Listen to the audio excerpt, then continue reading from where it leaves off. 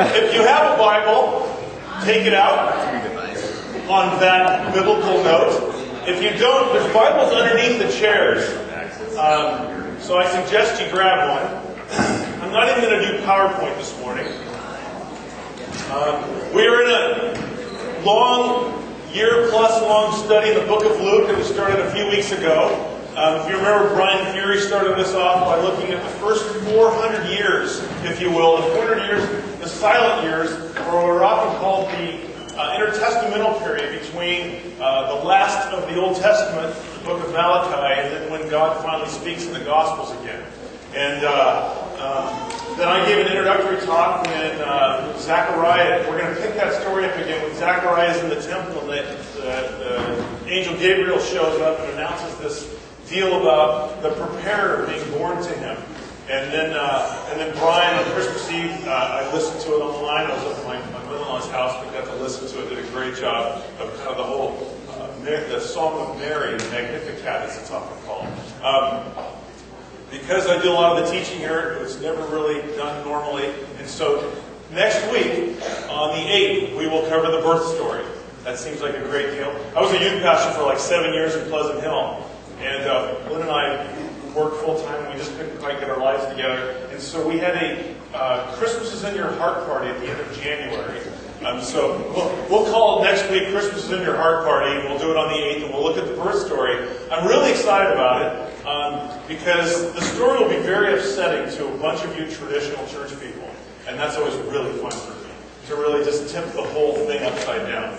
I have a firm belief that our view of the birth story is extremely off. And so it'll be fun for me to kind of go through that with you next week and talk about what the birth scene really looked like with Jesus and how our traditions of things like born in a barn, born in a cave, arrived at Bethlehem the night before, all these kinds of ideas, where they came from. Because I'm not sure in fact, I'm very sure they're not accurate. So we'll talk about that next week. That'll be very fun. And we'll be back to normal. There'll be chairs that feel like a pew for you folks. And we'll have a baptism next week, which will be very cool. So it'll feel a little bit more like normal church. How's that? Well, with that, let's open in prayer. Thank you, Father, for this new year. Thank you for the day like this that reminds us we have new beginnings with you. Although, Father, the world celebrates this as the new year, we celebrate this on a daily basis. Every single day we wake up, you've given us a new day to live, a new day to enjoy you, a new day to be a part of your grand narrative, to set the table back upright. And so we thank you for this morning. We thank you for brothers and sisters and family like this. We thank you for giving us hope in a world where a lot of times it doesn't seem like there should be. And with that, Father, we ask that you would descend upon us this morning, open your word, cause us to think, feel differently as a result of this morning. In the name of your Son, we pray. I want you to imagine just for a second what it would be like to be Zechariah, as we looked at this a couple weeks ago. He's an old man. He's a priest of the tribe of Levi. He serves as a priest in his small town just outside of Jerusalem and has for years and years. He goes to the temple twice a year to serve. If you're looking for something to kind of explain to you or give you a sense of what it means to be a priest, this is about the closest thing you're going to get, which probably some of you go, wow, that was a letdown. The greatest role of a priest was not, believe it or not, being at the temple and sacrificing and doing all these things that we traditionally think of as a priest. The most significant thing a priest did was to teach. And so they lived in their own little small towns. They were leaders in their town. They knew the word, and they were supposed to teach. By the way, this is why most of the Old Testament goes so poorly. Because you can count on one hand how many times the Old Testament actually points out to the fact that the priests were actually teaching in their towns. And when they do, things actually go really well. People actually have a better perspective. They have a perspective that God is at work. Most of the time they're not. You can kind of get a feel for how the Old Testament went. It doesn't go very well. But I want you to get into the mind of this guy. He's an old man. He's He's been in this country that is extremely disillusioned. And you've got, it's a prosperous time, so you've got the few power-hungry folks, things are working well. Brian went through this. You've got the Sadducees, who have completely sold out any form of Judaism, really, and all they're doing is really trying to leverage what the religion is for their own benefit. They don't really care about God, they don't care about the customs, they don't care about the Torah. All they care about is how to use God and the Torah and the temple to make themselves more rich. You've got people like the Pharisees who have made religion so difficult, and they did it for a very good reason. God hadn't spoken in 400 years. So the Pharisees come along and say, God's not speaking because we're not living well. And so they tighten the strings, they tighten the straps, they pull the belt tighter, they say, we've got to get God's attention, we've got to live more holy. But they made religion so hard for people, they put such a weight on people's shoulders, that people were disillusioned with religion completely. People were so disillusioned, you have people like the Essenes who gave up. They moved out just north of the Dead Sea and created their own community and said, the temple's corrupt, the priesthood's corrupt, the religion is corrupt, therefore we will just create a little community. We don't want to be with anybody else. We don't want to talk to anybody else. They're going to corrupt us, therefore we're on our own. So you had all these other, or you had the Zealots who were so fed up with the foreign oppression that they were literally killing people on behalf of God because they were so horrible. These are the things that Zechariah is saying, this disillusioned, suffering people. 90% of the country in Israel at this time were peasants. And they were being overtaxed by their own people who were leveraging them as well. You saw this wicked foreign nation, the Romans, living there with tyranny in their eyes and a sword in their hand. If you were Zechariah, you had witnessed now the history culminating in his life of 800 years of foreign rule. Starting with the Assyrians, moving to the Babylonians, then the Medes and the Persians, and then the Greeks, and now the Romans had moved in. 800 years of that. And 400 years of the 800 years, no one had heard God speak. No, you never heard the phrase, and God spoke through so-and-so. Or, Jimmy the prophet said on behalf of God. Not that there was a prophet named Jimmy, but if there was, you didn't hear that phrase for 400 years. And yet, somehow, this old man, this old priest, still had an expectant weight in him. He had a hope in him. I was talking to Jim Garfield about this very point just before the message. That this old man and this old woman, despite all the disillusionment around them, despite the foreign oppression, despite the fact that God had seemed to disappear, still assumed God was alive. Right, Jim? Still assumed the story hadn't played itself all the way out, that God was going to make right on his promises, and that God would show up. And he waited. And he waited. It's something that you and I are supposed to live like, this Zechariah character, this Elizabeth character. No matter how silent God appears, no matter how far off God can appear, no matter how much the story seems to have stopped in our own life or the person next to us, we're to live like this, where the story is so real, the history is so much supposed to be our history. When we read this isn't just supposed to be a book of theology. That's a horrible way to read this. This is our history of our faith. We should read this like it's the history of our faith. And then we look and wait like Elizabeth and Zechariah in an expectant way. God had made this covenant with Abraham 1,500 years earlier. God had promised to send a new David to be king forever, 1,000 years earlier. Roughly 500 years earlier, God had promised an Elijah-like figure, a prophet that would come. And when he came, he would announce, if you will, he would be the breaker in, the preparer of the actual Messiah that would come. All of these things Zechariah knew, and all of these things Zechariah waited for, despite the fact that it was quiet for 100 years. If you have your Bible, open it up to the book of Luke, chapter 1, and we're going to start in verse 57. Luke chapter 1 and verse 57. It's a little more than halfway to the right of your Bible, if you will. Matthew, Mark, and Luke. This is how it starts. Now the time had come for Elizabeth to give birth. So what do we already know has taken place? How long has it been since verse 1 of Luke? It's a simple question. If we're struggling with this one, it really is too late at night last night. It's been 9 months, right? We already know 9 months have passed since Luke started. And Zechariah, as we know, crazy character that he was in the holy place, standing next to the curtain, if you will. If this were the curtain, he's next to the curtain with the Holy of Holies behind it. The closest you can get to the presence of God, other than the high priest once a year at the Day of Atonement. Gabriel, the priest, or the angel of God, stands next to him in full appearance and says, "You're going to have a son. Thanks for praying for it. I'm going to answer your prayer. You're going to have a son." And Zechariah, full of faith, says, "Are you sure?" Just the dumbest thing you've ever heard in your life. Boy, does that give me hope. Because I don't even measure that close.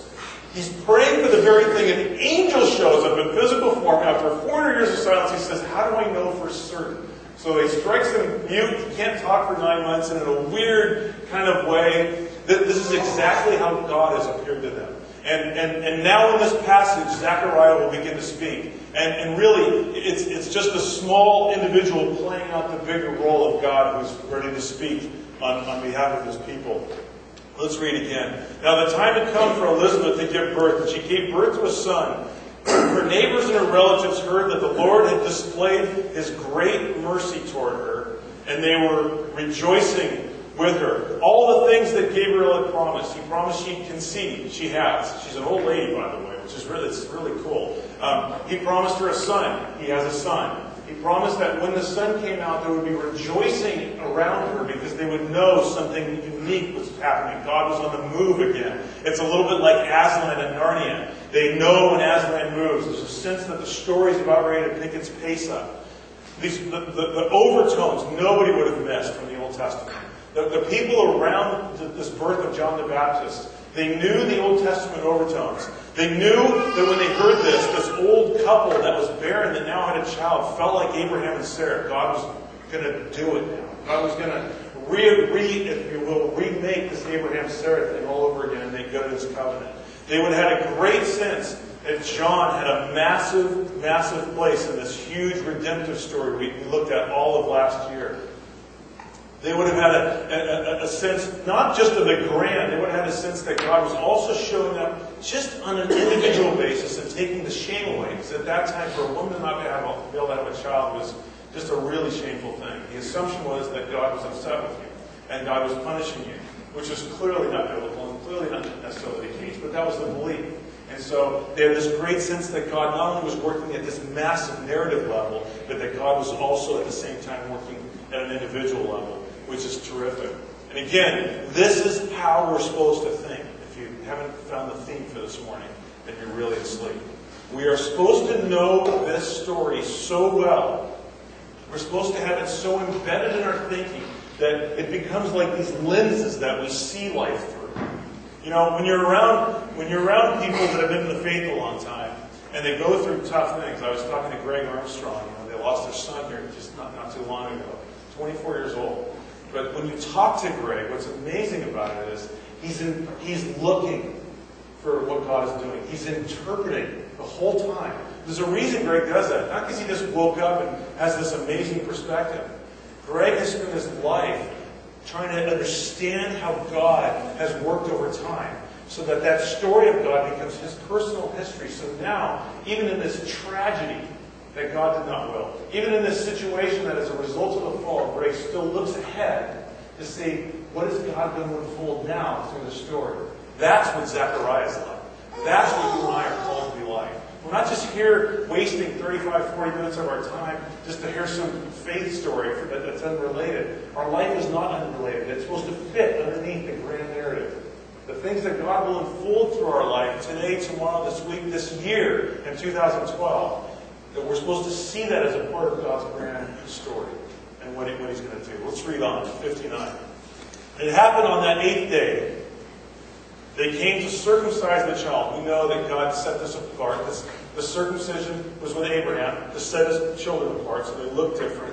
He's marking them as separate from the world. And they were going to call him Zacharias, after his father. But his mother answered and said, "No, indeed, but he shall be called John."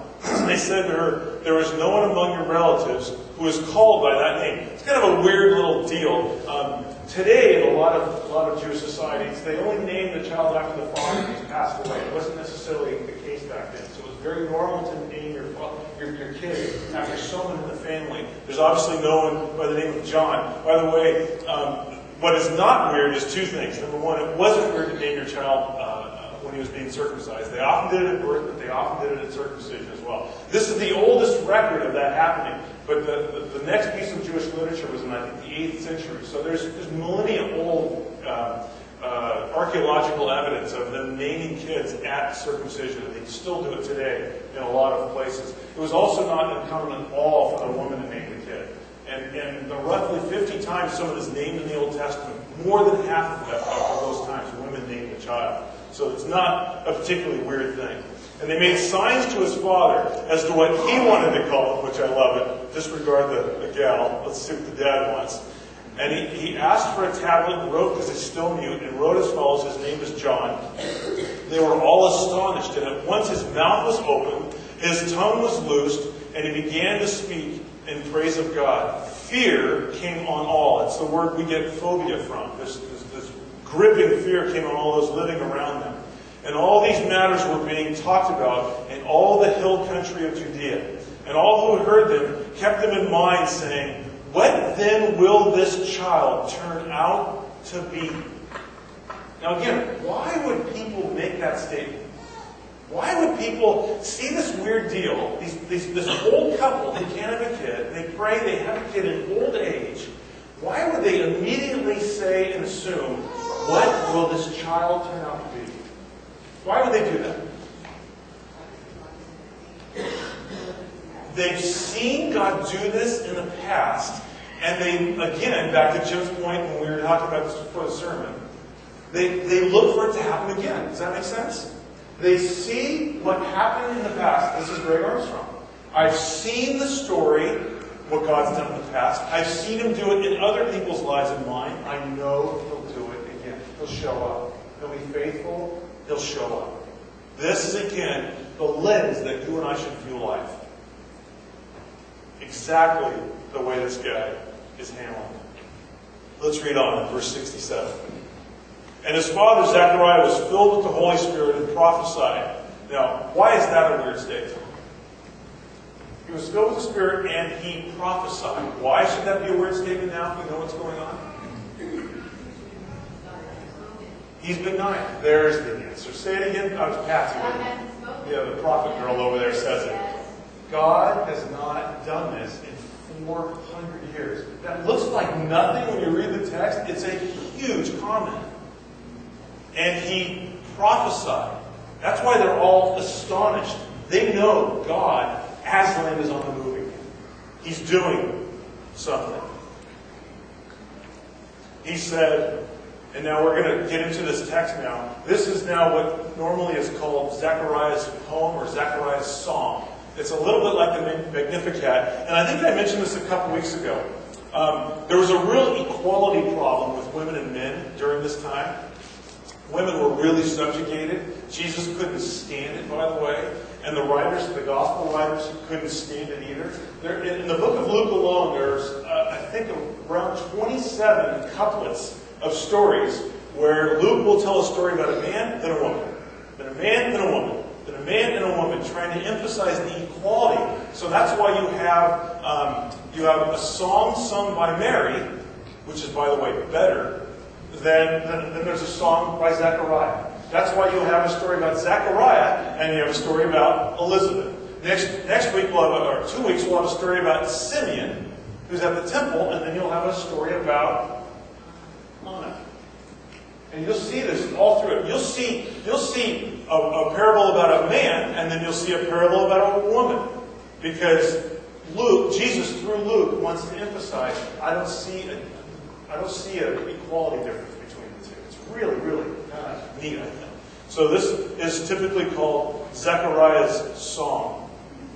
He says, "Blessed be the God of Israel, for he has visited us." Anybody have a different translation of that, by the way? He has visited us. Say it louder. Come and redeemed. Yeah, it's literally it's a showing up visitation. Now, in the Old Testament, this was either good or bad. When God shows up at Sodom and Gomorrah, He visited them. So, not a great thing. This is a gracious visit. This isn't a judgmental visit. For He visited us and accomplished redemption for His people. So this is a big narrative word. This is a God putting the chair back upright through the course of history. And He has raised up a horn of salvation for us. In ancient Near East, this is a symbol of strength, the horn is. He's raised up this strength of salvation for us. He's showing up again. Now watch Him grab history. Watch him go back in time and grab history as if it's His. In the house of David, His servant, He goes back to David and says, God has been working since then. This is a reference from 1,000 years earlier in the book of 2 Samuel, when it says this in chapter 7. When your days are complete and you lie down with your fathers, this is Nathan the prophet speaking to David, I will rise up your descendants after you, and they will come forth from you, and I will establish His kingdom, and I will be a father to him, and he will be a son to me. Your kingdom shall endure before me forever. Your throne shall be established forever. And Zechariah is looking back at this promise made in 2 Samuel 1,000 years earlier, and he's pulling it into right now. And he spoke by the mouth, as he spoke in verse 70, by the mouth of his holy prophets, Moses, Samuel, Elijah, Elisha. Huge history he pulls in. From of old, salvation from our enemies, and from the hand of those who hate us. Now he's quoting from Psalm 106. To show mercy toward our fathers, and to remember His holy covenant, the oath which He swore to Abraham 1,500 years before this time, our father. So He saved them from the hand of the one who hated them, and redeemed them from the hand of the enemy. He's recalling the Exodus story and saying, God redeemed my people back in the Exodus, and He's doing it again. These are the stories when you get in a situation like Greg, you have to recall. You've got to have something, don't you, to anchor yourself on and make today make sense when it's falling apart. I was with Christine Youngins last night, and she's been caring for a family friend who's in hospice and dying. And she's in this dichotomy because the gal's not a believer. She doesn't know God personally. And Christine wants so much for her, but not force herself on her. And she said it's the most amazing thing. And what she painted was this dichotomy. She said, all of the nurse care that has come to the house have all been Christians. Coincidence? I think not. And yet another family member attached to the family, who's attached to the will, has been coming into her house and taking all her things. Stealing her boots and her coats. So here's Christine standing in the middle on the X. And on the one hand, she sees the tragedy of the moment with this extended family person coming in, stealing the things of the person dying in the house. Boots. And yet sees God bringing all these Christian care workers to come in and give her perspective. You see, that's a Zechariah moment. That's seeing God of history who's faithful coming into right now, saying, now, what will He unfold right now, even in the midst of this tragic situation? That's exactly what this Zechariah guy is like. And the other, just a quick thought I want to make is, this reads a little political. He's going to basically save us from our enemies.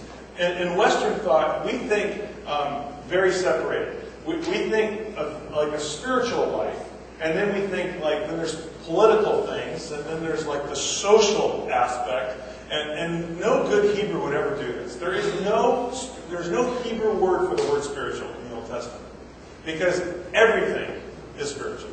It doesn't matter whether it's God fixing things politically, God fixing things socially, right? God fixing things economically. It's all spiritual to God.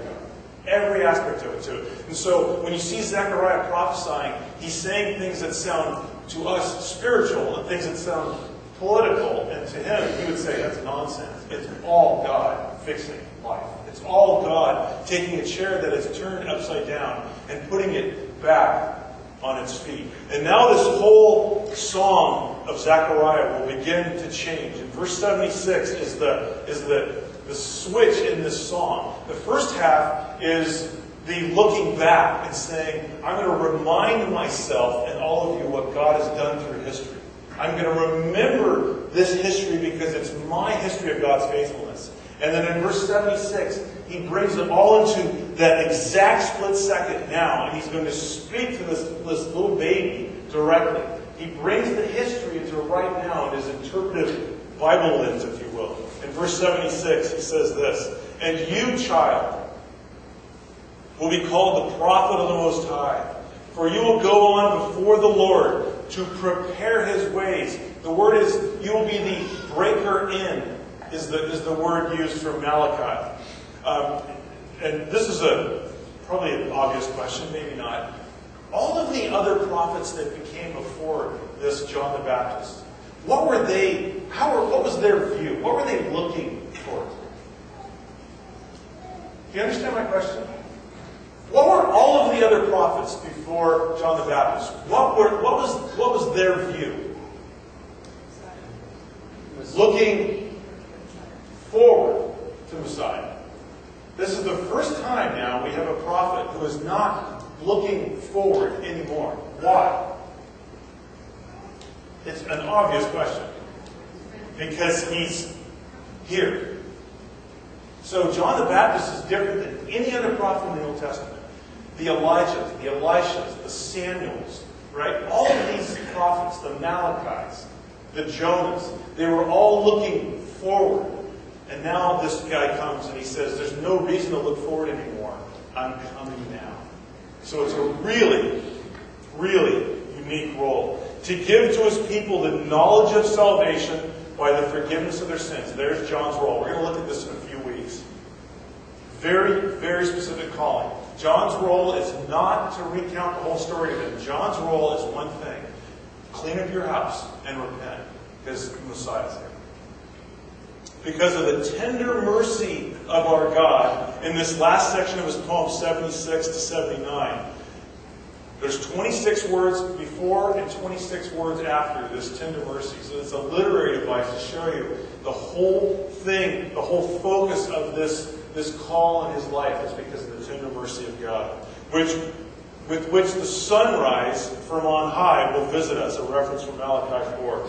To shine upon those who sit in the darkness, in the shadow of death, to guide our feet into the way of shalom, and into shalom. I mean, this John has this crazy cool role to walk in where people just feel the lack of hope and the darkness, the shadow is just over them, and to lift that up and give them boldness, to help their life make sense.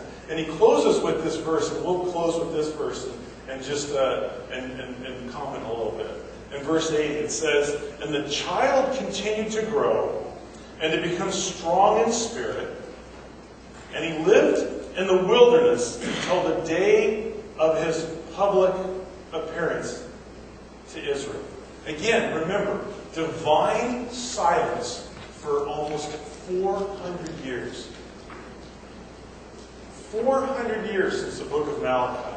The first part of the first century was a prosperous time. And so what you had was people trying to mold themselves and loosen their faith, if you will, to latch on to the prosperity, or they were like the 90% of the rest of the country, the peasants, who were just disillusioned with the whole thing.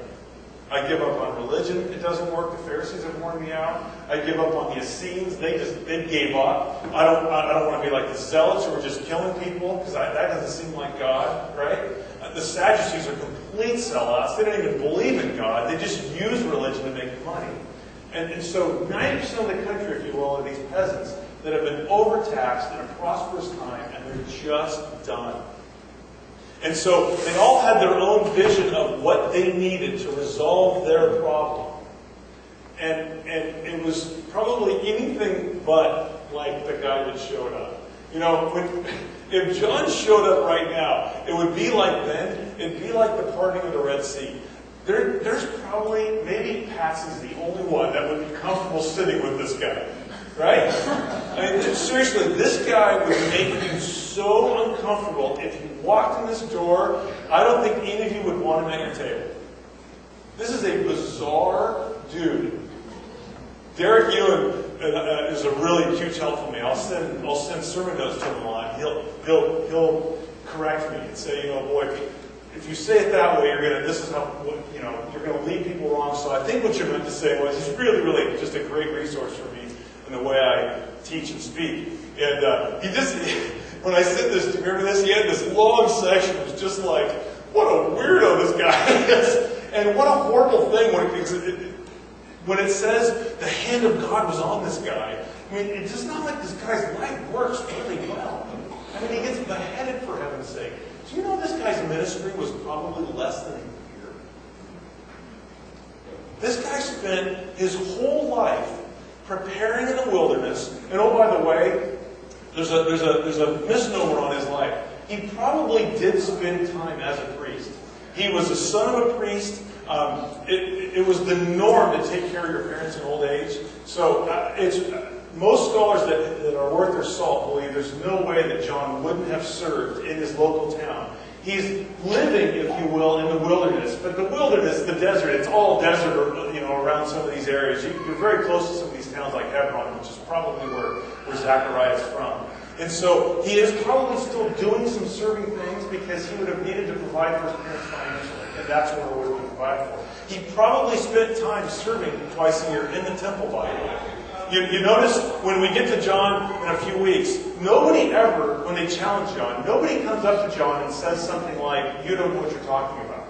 Or you're inaccurate, you haven't seen what you're talking about. Nobody says that to John because John probably did see it. He probably went to the temple, he probably saw the excesses, the insincerity, the suffering, the frustration, and he wore it on himself. It just wore on him as he lived this kind of life of solitude until he showed up.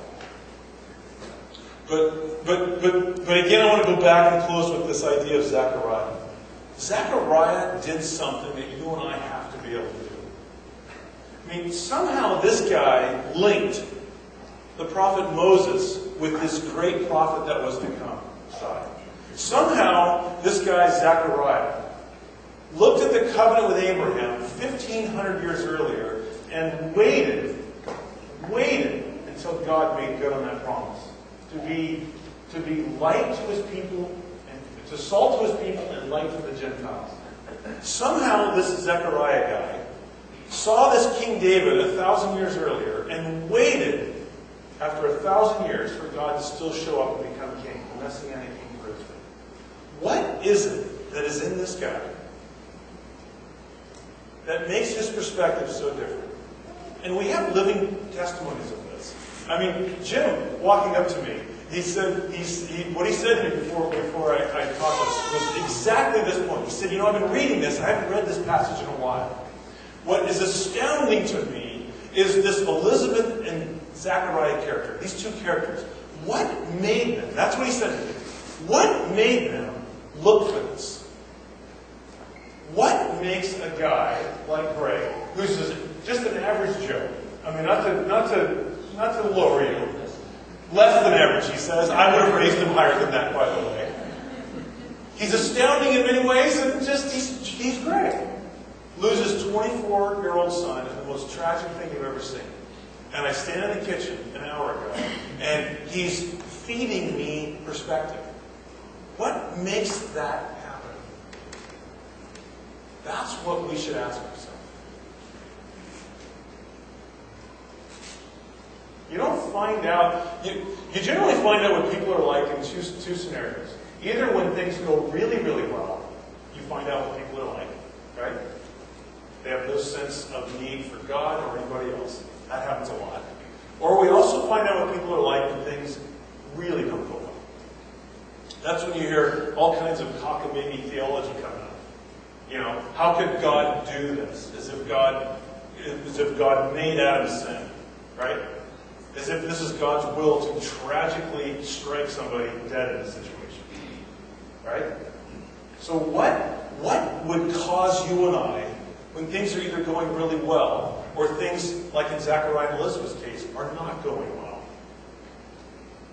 to actually have a view that God has not fallen asleep? This is what we need, I think, in our lives. It's a huge thing for you and I. These are people to model yourself after. And by the way, these are really less than average people.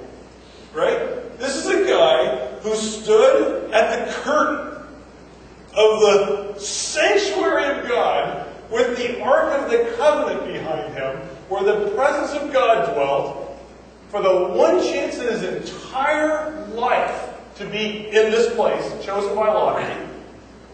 And he prays specifically for a kid, and an angel, not just any angel, Gabriel, who is the warrior of God, whose job it was to stand next to God the Father in heaven, physically shows up, and Zechariah says, how do I know for sure you're going to do this? Right? This is not Superman. This is a schlep like me, quite frankly. So if that guy can do it, I think I got a shot at this. I think I have a chance to actually have faith that God will be alive still, and He'll still unfold His story. This is what I think God is asking of you and I. It's not a huge bar. Assume He's alive, and assume the story's not done. That makes sense? Jesse, why don't you come up? It's kind of a mystical thing, but every now and then when I'm sitting here at the end of teaching, we sing, I have this, it's a very, and I'm not a person who has these like mystical things happen. Just this descending sense of God's satisfaction on this, by the way, on this. David Ackman a few weeks ago said, God's bar is really low. Right? Remember he read out of 1 John? That you believe that His Son came, right? And you don't kill your brother. Those are two things. There's two requirements you fulfill the law. And as a people, we take God seriously, like Zechariah. There's great hope for us. We have the history of the story behind us. We have a way to interpret what He's doing right now. He's unfolding the story right now. And He's coming still yet. So we can be expectant and hopeful. Amen? Amen? Amen? Yeah. We don't have to live like anybody else out there. We shouldn't live like anybody else out there. We should be wacky people like Zechariah and Elizabeth that had no good reason, if you will, to be expectant. And yet they were, after 400 years of silence. Because they knew God would come true. Right? Amen? Amen. May you, this day and forevermore, have a sense that the history in this book is your history. This is your faith history. And may you view life through it every